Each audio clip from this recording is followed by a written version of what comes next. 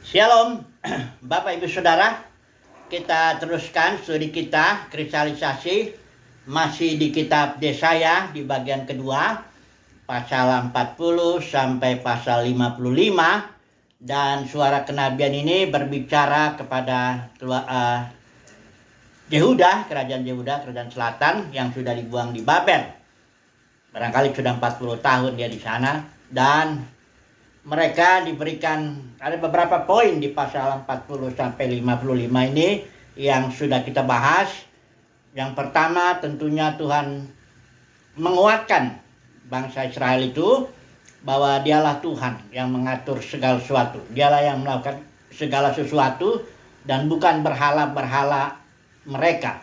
Karena kita tahu bahwa Yehuda dibuang ke Babel karena mereka juga jatuh ke dalam berbagai-bagai penyembahan berhala. Memang Israel itu dari mulai Gunung Sinai, mereka sudah mulai jatuh ke dalam penyembahan berhala. Jadi di bagian kedua ini suara kenabian menekankan kedaulatan Tuhan bahwa akulah yang mengatur segala sesuatu, aku yang menciptakan terang, menciptakan gelap nasib mujur, nasib malang, artinya Tuhan sendiri yang melakukan itu. Kemudian teguran juga tentu suara kenabian ini juga menegur Israel Tapi bukan hanya di situ, justru yang utamanya suatu penghiburan, suatu nubuat akan ada masa depan.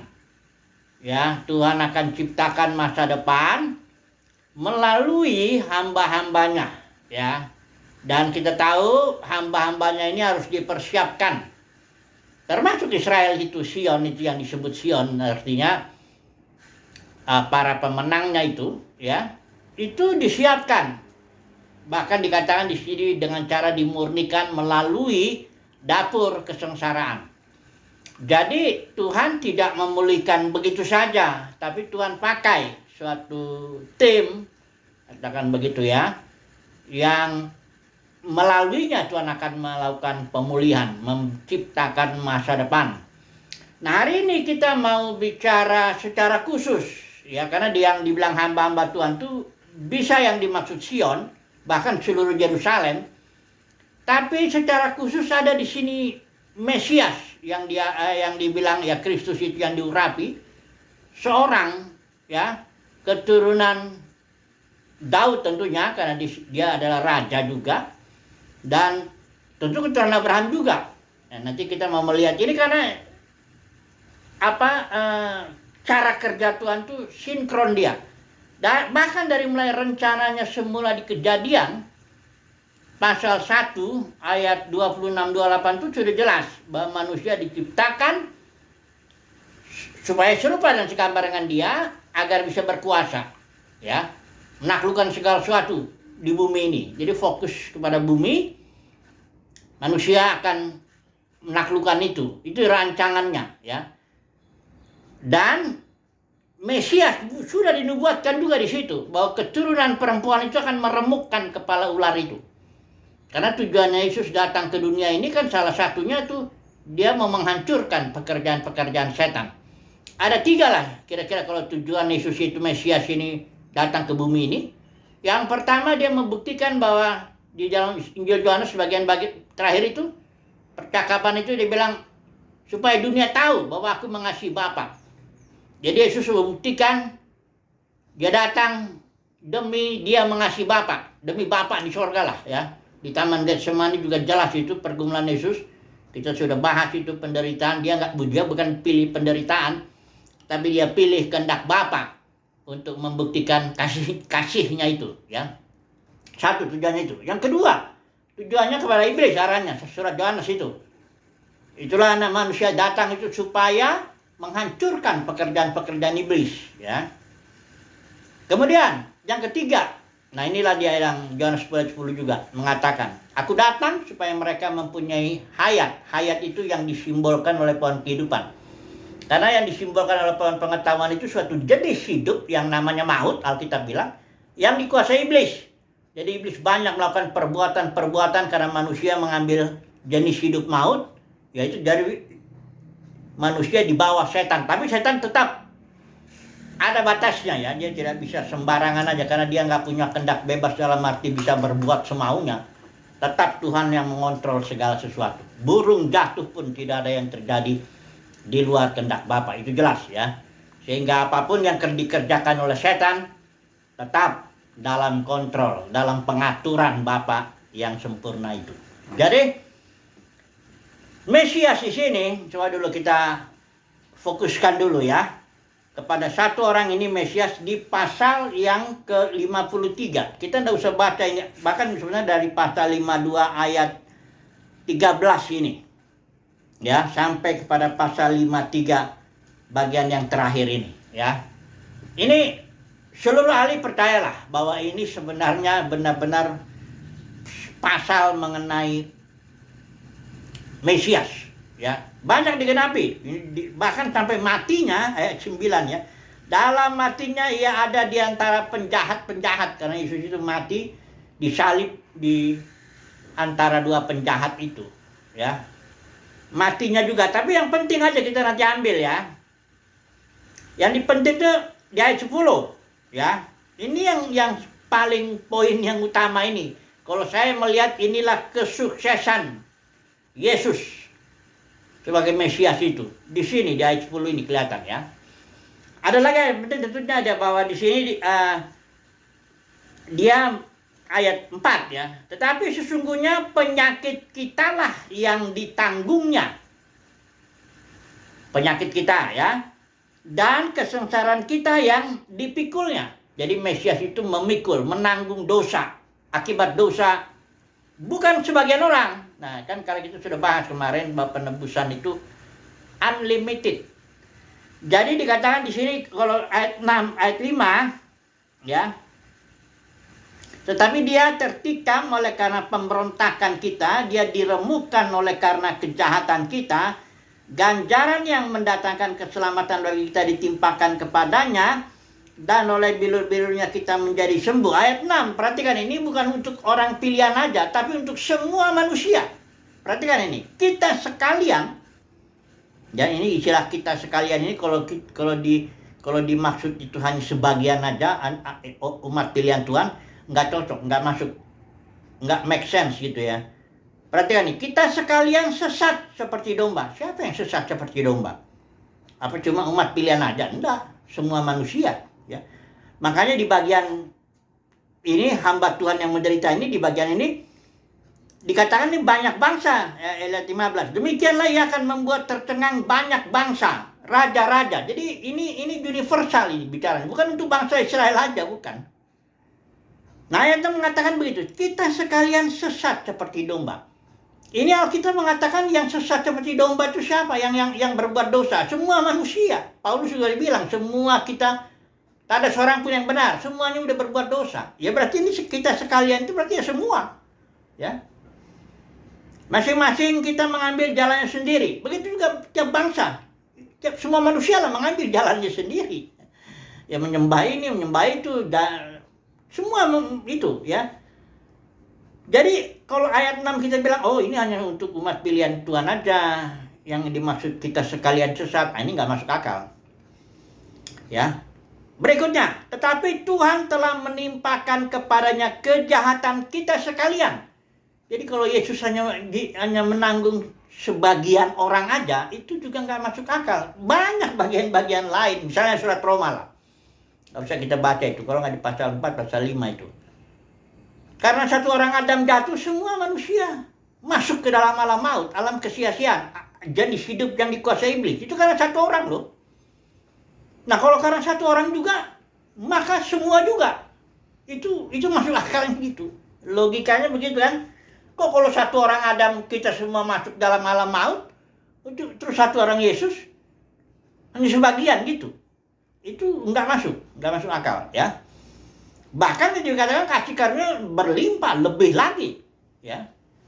Nah jadi ini kematian Mesias itu adalah kematian menanggung dosa semua orang. Injil Tuhan juga bilang inilah anak domba Elohim. Yohanes Baptis ngomong, yang menghapus dosa dunia. Bukan dosa sebagian orang dipilih Tuhan di dunia ini, bukan dosa dunia semua. Ya, Ibrani juga bilang Yesus mengalami maut bagi semua manusia. Ya.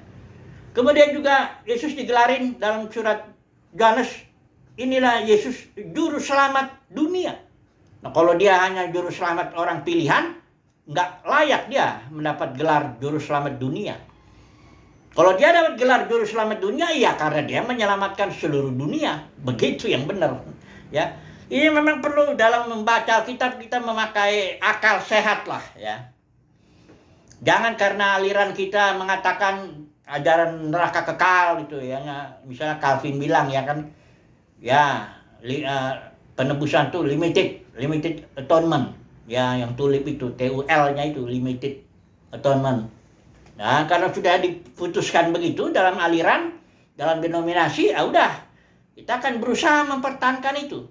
Ya, karena ya jujur aja kalau udah aliran mengatakan begitu, itu kan menyangkut soal perut juga. Ya kan kita makan dari situ, orang itu makan dari situ, dapat gaji dari situ, dari alirannya, dari denominasinya. Terus dapat kemuliaan manusia, hormat manusia dari alirannya juga. Apalagi kalau alirannya udah besar begitu.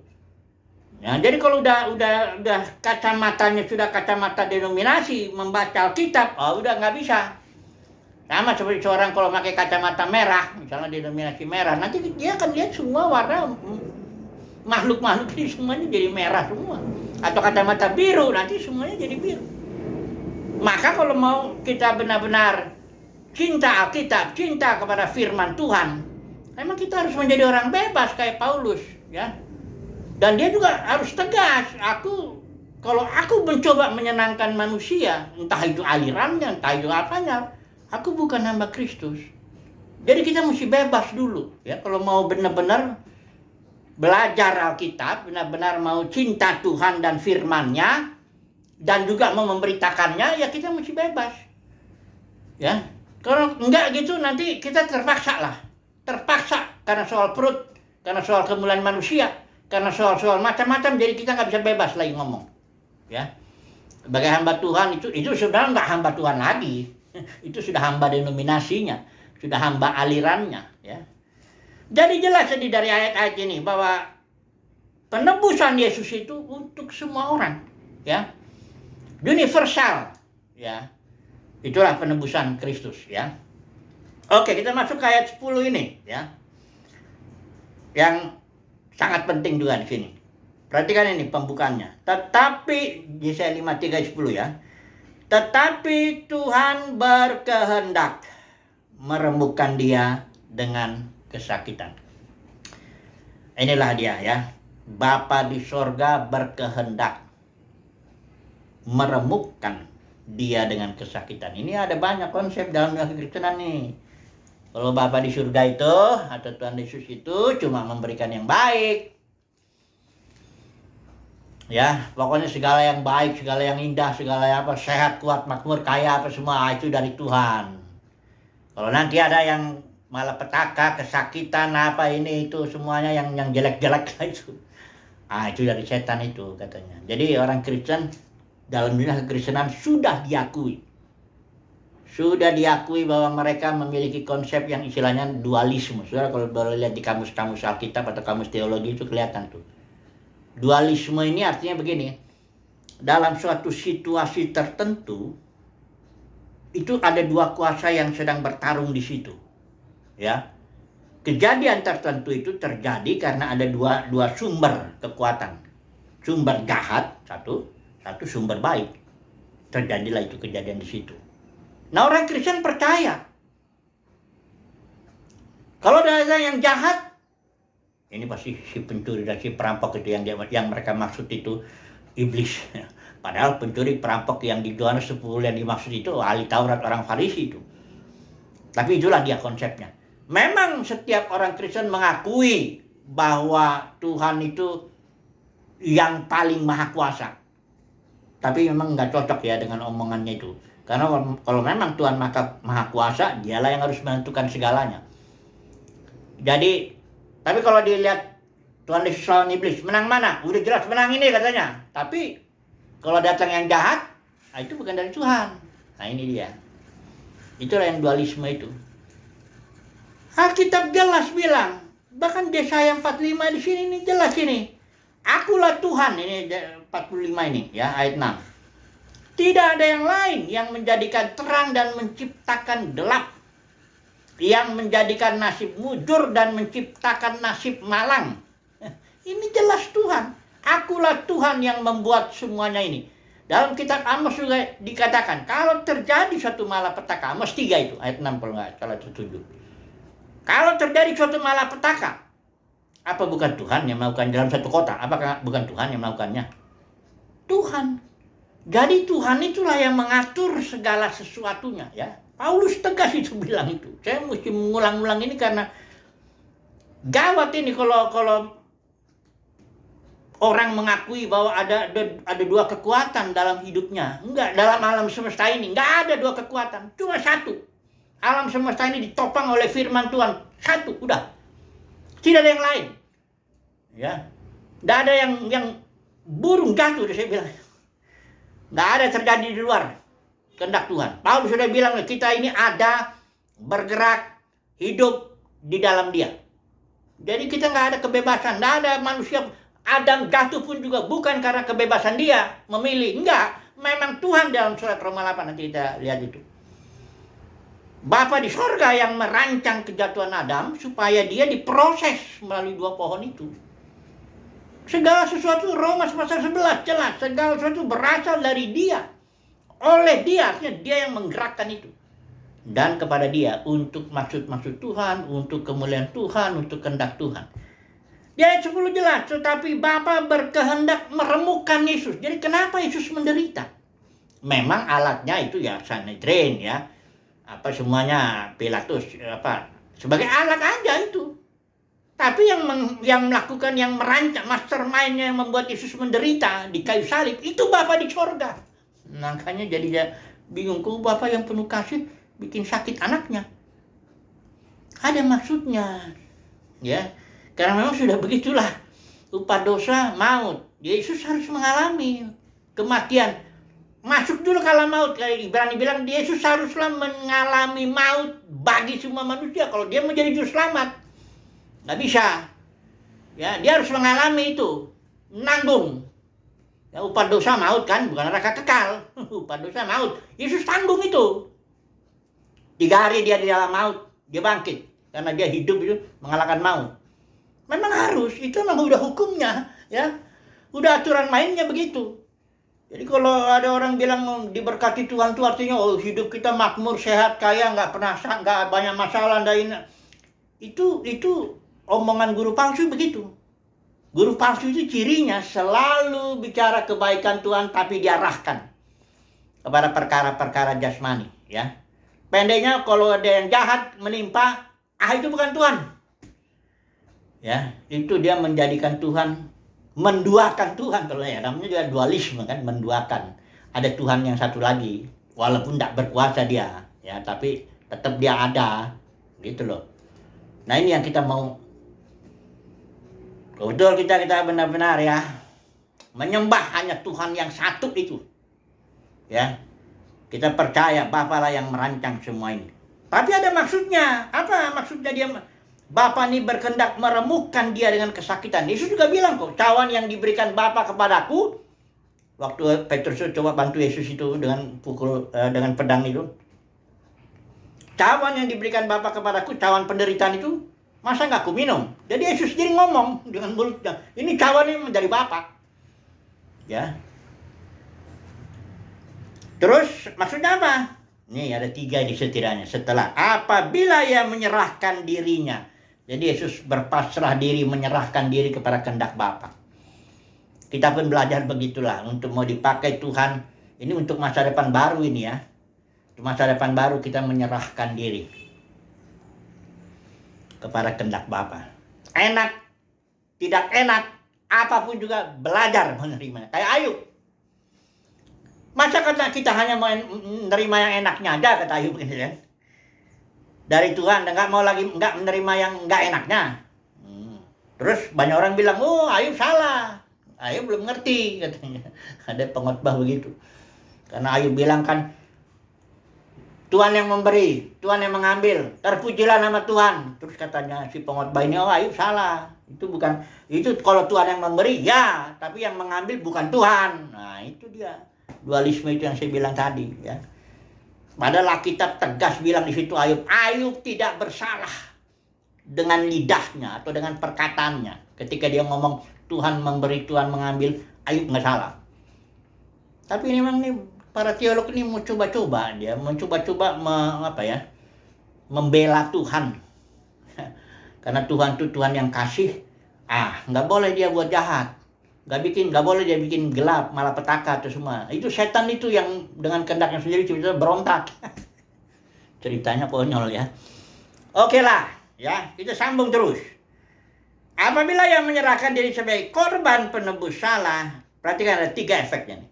Ketika Yesus mati bangkit di sebelah kanan, ia akan melihat keturunannya. Istilah Ibrani di sini zera itu offspring atau seed itu keturunan, dalam arti Yesus gak kawin, ya, bukan keturunan jasmani di sini yang dimaksud, bukan, ya. Suatu nantilah kita lihat dulu di sini ya, atau ini kita bicara dulu keturunan ya, keturunannya ini siapa ini keturunan ini? Akibat Yesus mati bangkit menyerahkan diri kepada kehendak Bapa, siapa?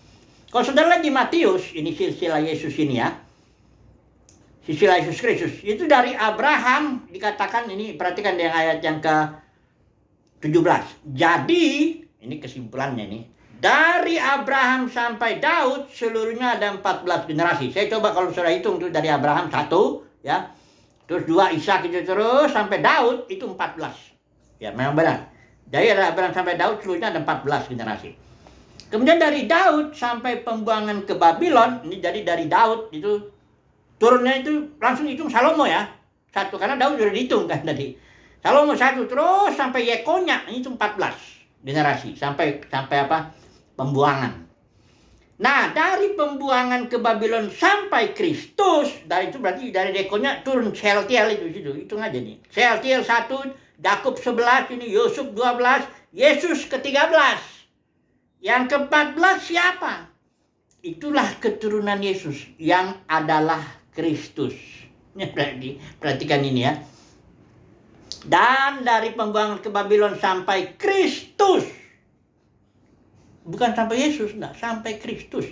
Karena Kristus ini yang ke-14, Yesusnya yang ke-13. Jadi siapa Kristus? Kristus itu adalah keturunan Yesus. Ya. Kristus di sini siapa? Itu korporat. Itulah dia para pemenang yang diurapi, tim yang diurapi yang akan menyelesaikan pekerjaan Yesus. Makanya dikatakan di sini umurnya akan lanjut, seolah-olah Yesus nggak mati, tapi umurnya diperpanjang oleh pekerjaan Kristus ini, tim ini, Kristus korporat. Ya, kayak seseorang kalau orang mati, tapi anak-anaknya meneruskan tujuan, visi dan misinya, kan dibilang ini memperpanjang umur. Kita ini kan memperpanjang umur melalui anak-anak kita, anak cucu kita. Begitulah Yesus itu. Setelah dia mengorbankan dirinya, dia punya keturunan, yaitu Kristus pertama. Yang kedua, karena Kristus ini menyelesaikan tugas Yesus. Bahkan Yesus bilang, engkau akan melakukan pekerjaan lebih besar daripada yang kulakukan. Karena Kristus ini mengerjakan pekerjaan Yesus, maka umurnya akan lanjut. Yang kedua ya.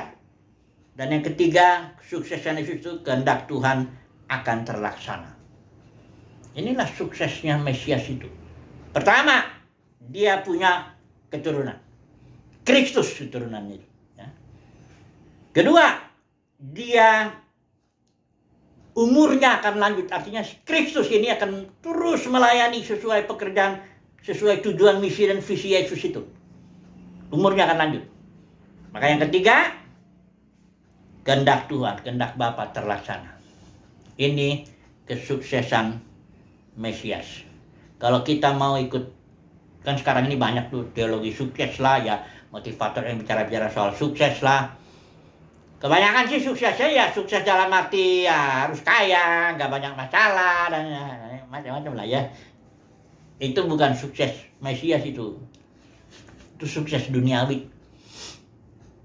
Paulus ketika dia menunjukkan dirinya hamba Tuhan yang sukses, yang ditunjukinya saya dipukul sekian kali, mengalami karam kapal, saya masuk penjara berulang kali begini dan sebagainya. Beda ya. Kalau saudara dan saya umat pilihan Tuhan, kita pun akan sukses seperti ini. Seperti Kristus, karena kita ini keturunan Yesus.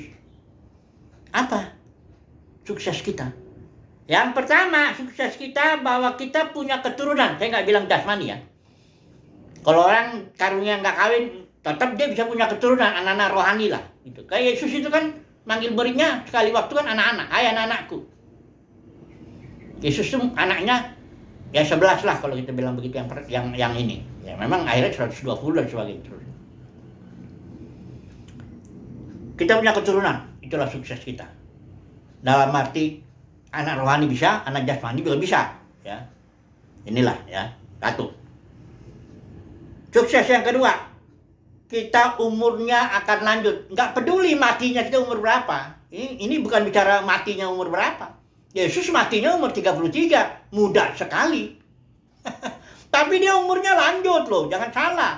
Memang umur jasmaninya 33 tahun doang. Tapi umur yang dimaksud Alkitab umur itu panjang Yesus. Sampai sekarang Yesus masih berumur. Kenapa? Karena Kristus masih terus bekerja. Bahkan sampai nanti Bapa menjadi semua dalam semua. Ketika Kristus ini menaklukkan segala sesuatu. Kerajaan Kristus ini menaklukkan segala sesuatu. Jadi umur Yesus itu jangan bilang 33. Ya 33 itu umur jasmaninya. Tapi umur yang dimaksud di sini itu terus. Sampai habis waktu itu. Ya, Bapa menjadi semua dalam semua. Itu umur Yesus. Kita juga begitu. Ya. Anak cucu kita lah yang meneruskan. Maka kalau kita melayani, siap-siap. Tim.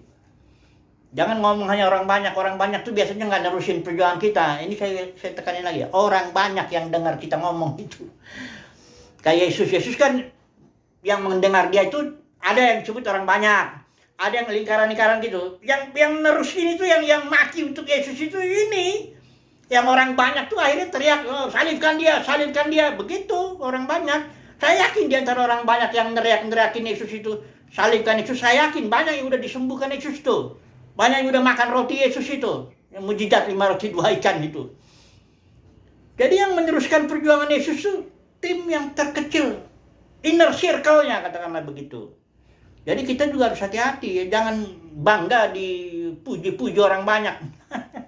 Memang nggak bisa sih. Kita berdoa supaya kita, dan memang inilah ya janji Tuhan bagi kita umat pilihannya. Kita akan mengikuti sebagai keturunan Yesus, mengikuti jalan Yesus. Diremukkan kita ini, dimurnikan kita ini di dalam dapur kesengsaraan. Baru setelah itu kita akan melihat keturunan kita. Baru saja umur kita panjang karena anak cucu kita meneruskan perjuangan kita.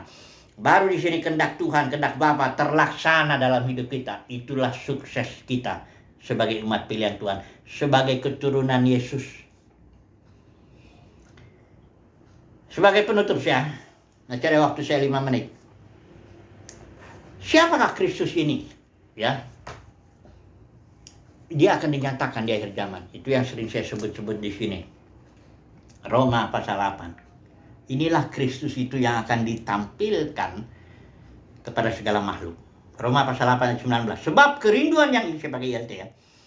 Sebab kerinduan yang dalam dari makhluk ciptaan menanti dengan sangat penyingkapan anak-anak Elohim. Inilah Kristus itu. Anak-anak Elohim akan ditampilkan nanti di akhir zaman ketika kedatangan Yesus itu. Jadi Yesus datang tidak secara jasmani. Yang pertama Yesus datang secara jasmani sebagai anak domba Paskah. Yang kedua kedatangan Tuhan itu pencurahan roh. Karena berkat Abraham itu roh. Tapi arabon. Kalau dalam Efesus itu, ini ya, ada Efesus. Saya catat di sini ada. Efesus pasal 1 ayat 14 ini, arabon. Pencurahan roh di Pantai Kosta itu.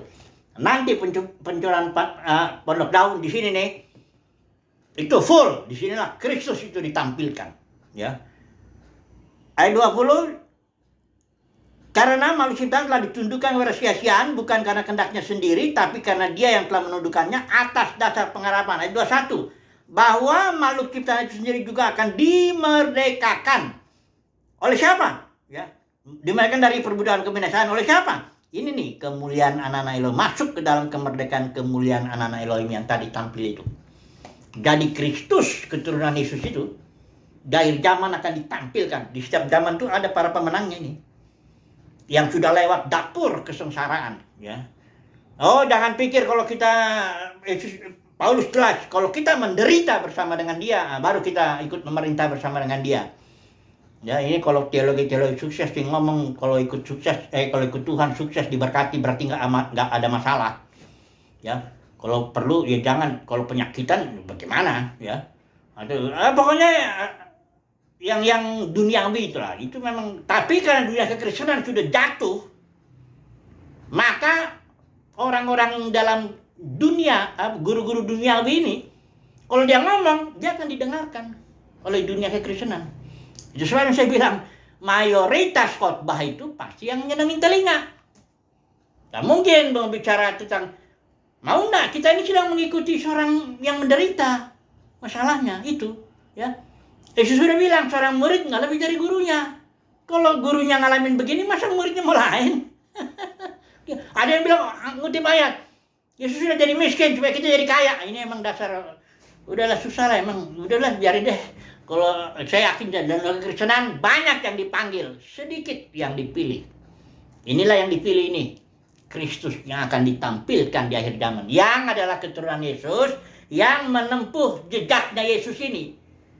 Ya, dirembukan, didisiplin oleh dapur penderitaan, dimurnikan, akhirnya dia akan jadi punya keturunan, umurnya lanjut, kehendak Bapa kita jalankan. Nah, ini dia sukses kita, sukses Mesias, ya. Umat pilihan Tuhan Kristus akan mengalami sukses Mesias. Dia akan membebaskan ciptaan dari segala perbudakan kebinasaan itu. Akhirnya Bapa menjadi semua dalam semua. Wah, haleluya. Sabar ya, umat pilihan Tuhan, kita akan ditampilkan, kita akan melayani Tuhan, ya, sebagai Kristus, sebagai keturunan Yesus. Haleluya. Amin.